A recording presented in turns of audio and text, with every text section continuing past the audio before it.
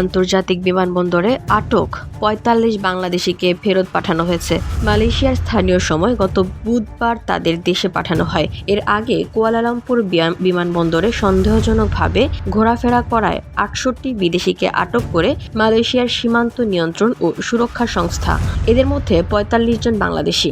এক বিবৃতিতে একেপিএস জানায়, আটক ব্যক্তিরা পর্যটক হিসেবে প্রবেশের দাবি করলেও তারা ইমিগ্রেশন কাউন্টারের দিকে এগোননি, বরং বিমানবন্দরের খাবারের দোকান ও অন্যান্য জায়গায় ঘোরাফেরা করছিলেন এবং বিশেষ কারো জন্য অপেক্ষা করছিলেন বলে সন্দেহ করা হয়। মালয়েশিয়ান প্রযুক্তিতে তৈরি অত্যাধুনিক cleaning machine modern vacuum cleaner যে কোনো ধরনের ধুলো ময়লাকে পরিষ্কার করে ঘরকে করে তুলুন চকচকে ও আকর্ষণীয়। Modem, brand of luxury.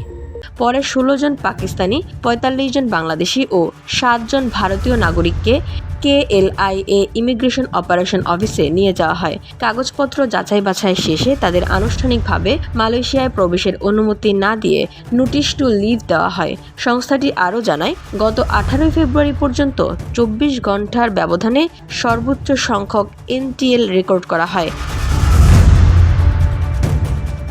১ জানুয়ারি থেকে ১৮ ফেব্রুয়ারির মধ্যে KLIA এর নজরদারি দল ২,৬৫৪ বিদেশিকে পরীক্ষা করেছে, যার মধ্যে ৯০০ জন প্রকৃত পর্যটক না হয় তাদের প্রবেশের অনুমতি দেওয়া হয়নি। VOD Bangla news desk.